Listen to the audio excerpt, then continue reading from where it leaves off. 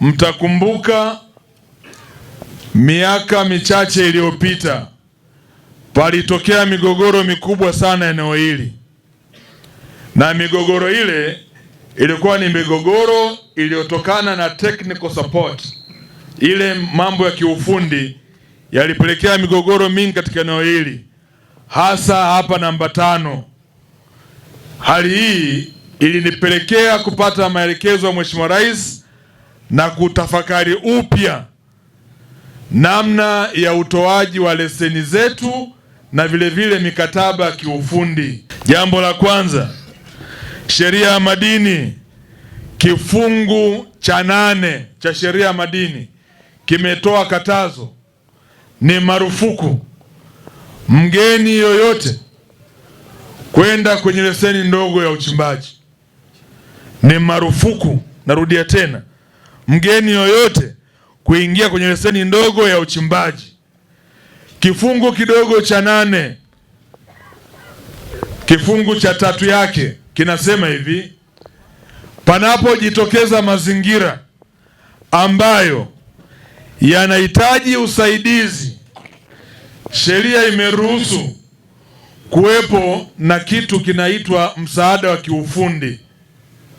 Kwa kifungu kidogo cha 8 cha 3 cha kifungu cha 8 kimetoa ruhusa ya kuwepo mkataba wa kiufundi.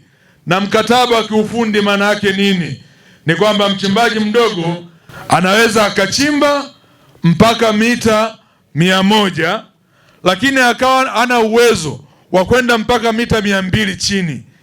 Akija mtu kusaini mkataba kwamba anaweza kufika chini, huo ndio msaada wa kiufundi, au kuongeza jambo ambalo katika hali ya kawaida mchimbaji huyu mdogo asingeweza kulifanya.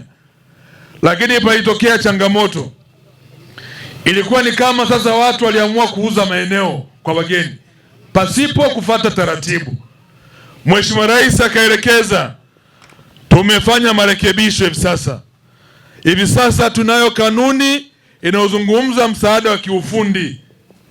Na msaada wa kiufundi hivi sasa kanuni inasema hivi: jambo la kwanza, tutatafsiri msaada wa kiufundi maana yake nini, kwa sababu kama mtu anakuja anafanya jambo ambalo mtu wa Makitoli anaweza kulifanya, huo sio msaada wa kiufundi. Lazima uwe una jambo tofauti na ambalo mchimbaji mdogo wa kawaida hawezi kulifanya. Lakini tukaenda mbali, hivi sasa katika makubaliano, mkataba wa makubaliano, kwanza tutunge kanuni. Najua mlikuwa mnaingia kwenye makubaliano hapa ya 85 kwa 15 kwenye msaada wa kiufundi, na wengine mpaka 90 kwa 10.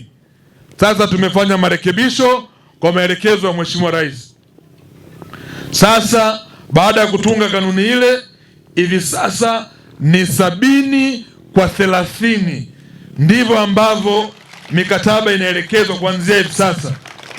Msaada wote wa kiufundi utaenda katika utaratibu huo. La pili, maelekezo ya Mheshimiwa Rais.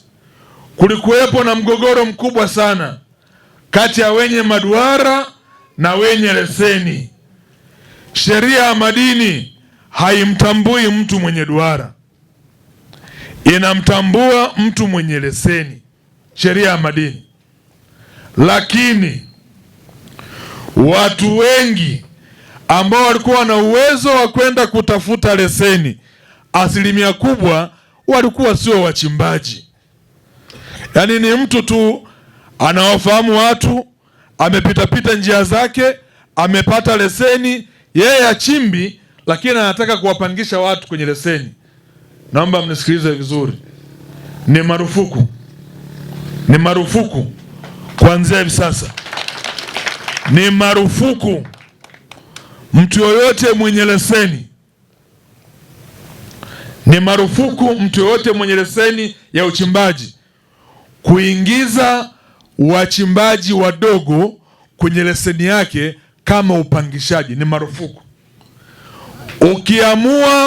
Ukiamua kuwaingiza wachimbaji wadogo wakawa na maduara kwenye leseni yako, mambo yafuatayo lazima uyafanye.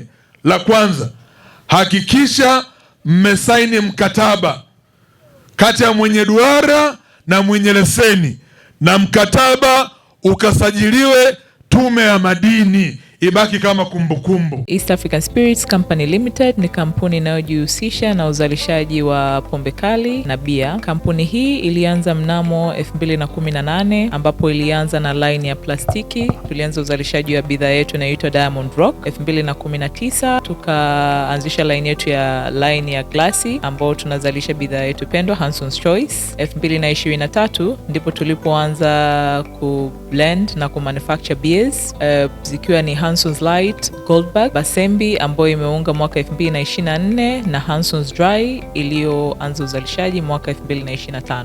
Bidhaa zetu ni bora, salama, zimethibitishwa na TBS, lakini pia zina key element au niseme ni zina sifa kuu ya kutokuwa na hangover, kutokuwa na harufu mbaya, na pia zina bei nafuu kwa kila Mtanzania.